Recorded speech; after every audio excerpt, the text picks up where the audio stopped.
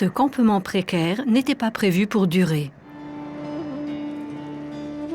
Les cahutes de fortune qui avaient été construites dans le lit de la rivière étaient l'expression d'une protestation impuissante, celle des Kamayas comme Ashna Ram Chaudhary et sa famille.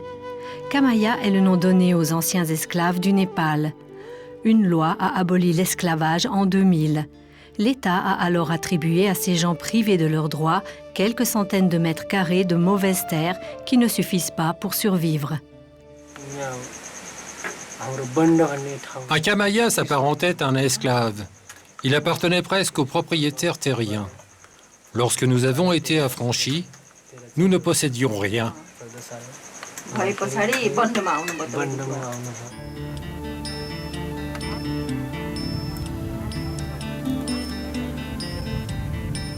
Des champs fertiles s'étendent à 300 mètres du campement de misère des anciens serfs. Ce sont aussi d'anciens Kamayas, d'anciens esclaves qui y travaillent. L'argent que nous gagnons sert à payer l'école et à acheter des vêtements. Qui parmi vous va à l'école? Il a récolté 26 kilos de concombres aujourd'hui, ce qui représente à peu près 10 francs. C'est encore mieux que l'année dernière. Tout le monde attend beaucoup de la récolte. Nous obtiendrons plus de terres l'année prochaine. Les gens sont très motivés et encouragent les autres paysans à participer.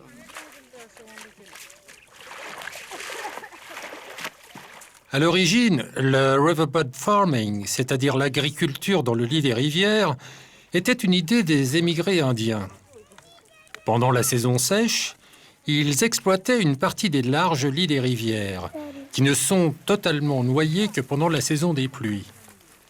Ils cultivaient des légumes.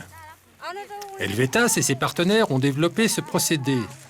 Environ 2000 familles profitent aujourd'hui de cette nouvelle source de revenus. Pour Bishna Devi, qui est elle aussi une ancienne Kamaya, c'est le début d'une nouvelle vie. Elle est fière de montrer l'aisance relative dans laquelle elle vit aujourd'hui. Des réserves de riz stockées dans d'énormes jarres en terre cuite que Bishna Devi fabrique elle-même.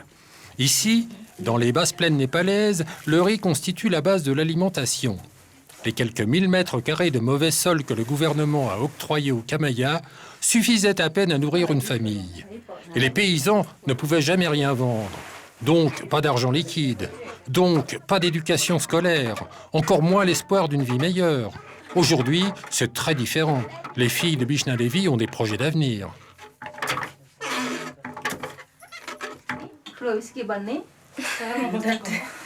J'aimerais devenir enseignante, comme ma sœur.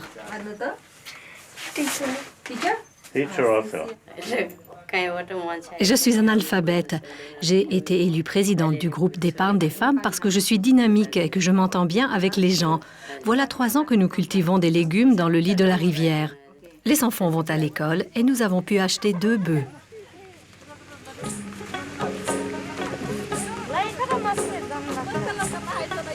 L'eau qui descend des montagnes de l'Himalaya apporte la vie dans les plaines. Les lits des rivières ne sont pas seulement sablonneux, ce sont des sols alluviaux fertiles qui étaient encore inexploités il y a quelques années. Pour ces paysans, le temps des famines est révolu. La rivière permet d'ajouter au menu du poisson frais, et cela change un peu la situation alimentaire. Mais surtout, pêcher ensemble est un vrai plaisir pour ces personnes qui ont désormais de nouvelles perspectives et qui ont retrouvé leur dignité.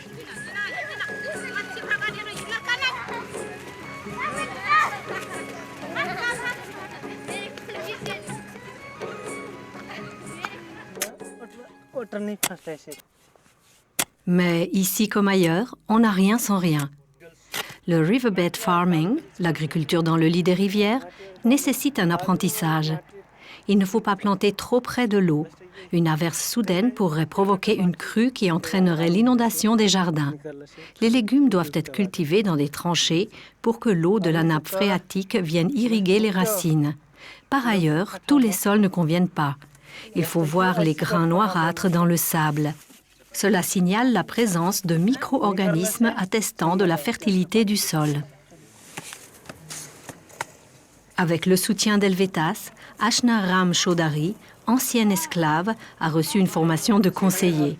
Il maîtrise les techniques du riverbed farming et sait choisir les sols et les semences appropriées. Il sait aussi comment produire un compost fertile. Il connaît les ravageurs et les meilleures façons de lutter contre eux en employant un minimum de produits chimiques coûteux. La vie d'Ashnaram a totalement changé depuis qu'il participe au projet. Je ne gagnais pas beaucoup. Ensuite, j'ai appris à cultiver des légumes. C'est ce que je fais depuis 3 ans. Aujourd'hui, je dois travailler moins dur et je peux vendre mes produits.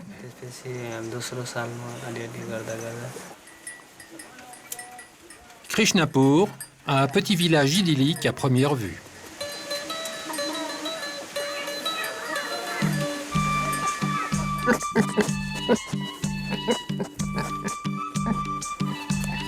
Mais pour bien des gens, c'est un endroit à fuir. Une région torride où sévissent une extrême pauvreté, des structures féodales, des taux d'intérêt élevés et où les combats font rage depuis des années entre les rebelles et le gouvernement. Pourtant, les signes d'amélioration se multiplient peu à peu. On trouve quelques animaux domestiques ou des vélos. Une petite aide de départ pour obtenir des semences, des outils et une formation permettent de se lancer dans le riverbed farming. Helvetas encourage l'autonomie. Les familles doivent rapidement être en mesure de s'autofinancer. C'est possible grâce au groupe d'épargne et de crédit du village. Le 5 de chaque mois, les membres du groupe d'épargne Pragaté se réunissent chez la présidente. Tous sont d'anciens esclaves qui se sont installés ici. Comme souvent, ce sont les femmes qui gèrent le système de crédit. Avec elles, l'argent est en main sûre. Chaque famille verse 10 roupies par mois, ce qui équivaut à 15 centimes. Le groupe examine en détail les requêtes des membres avant de décider qui obtient un crédit, que ce soit pour des semences, un vélo ou un bœuf.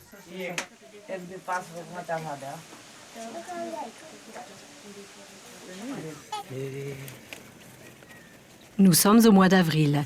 C'est la saison de la récolte pour les cultivateurs de légumes dans le lit des rivières.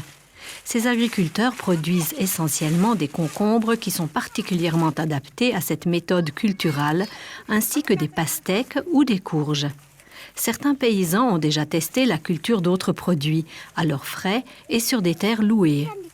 Depuis le lancement du projet il y a 3 ans, aucun d'entre eux n'a abandonné cette activité. Le projet Riverbed Farming d'Helvetas, c'est l'histoire d'un succès sans pareil.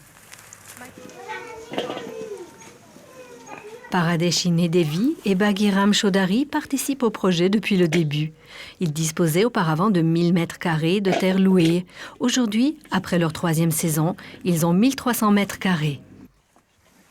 Nous vendons jusqu'à 70 kilos de légumes par jour. Cela représente jusqu'à 400 francs par mois quand les prix sont bons.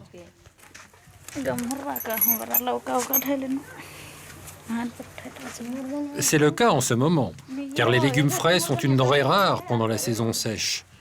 En début de saison, les produits sont vendus directement chez les marchands locaux.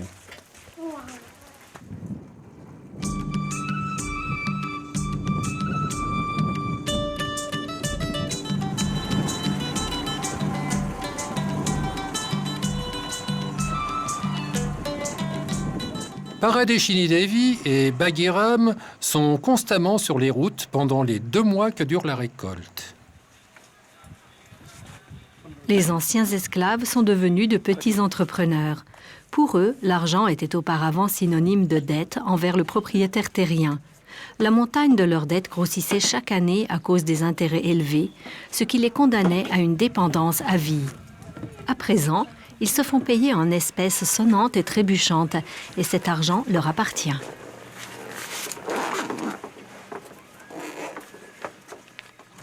La première année, la recette a atteint la modeste somme de 120 francs, un montant bien en dessous du seuil de pauvreté que le gouvernement a fixé à 400 francs par an. Cette troisième année a en revanche rapporté 500 francs au moins, une somme suffisante pour payer le fermage, les frais de scolarité des enfants, les divers produits courants nécessaires et les soins médicaux, tout en mettant un peu d'argent de côté. Les Chaudhary ont commencé à cultiver en recevant une aide de 50 francs. Ils ne dépendent plus d'aucun soutien aujourd'hui. Et l'augmentation du pouvoir d'achat entraîne aussi des changements pour d'autres personnes. Les gens aiment acheter ces concombres parce qu'ils poussent juste à côté de chez eux et sont donc très frais. De l'argent liquide bien gardé par Paradeshini Devi.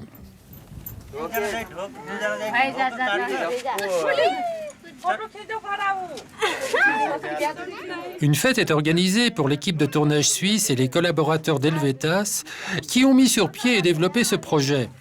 Une fête qui célèbre les concombres, grâce auxquelles les conditions de vie de ces personnes sont bien meilleures.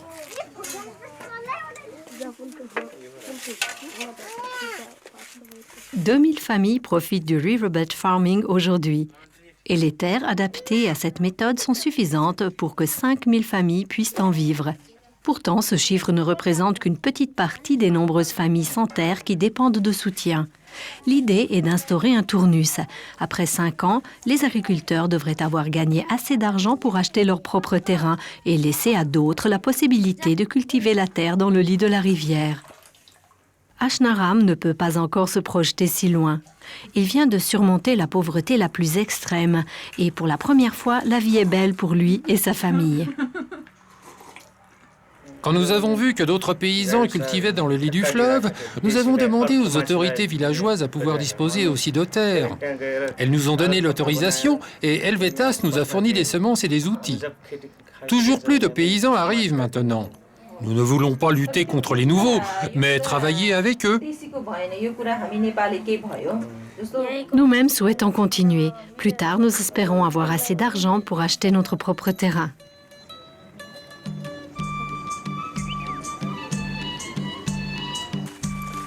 Les rivières ont été fertiles. Celles et ceux qui étaient esclaves autrefois sont devenus de petits entrepreneurs. Les enfants peuvent aller à l'école. La vie a bien changé à Kailali et à Kanchanpur, dans l'ouest du Népal.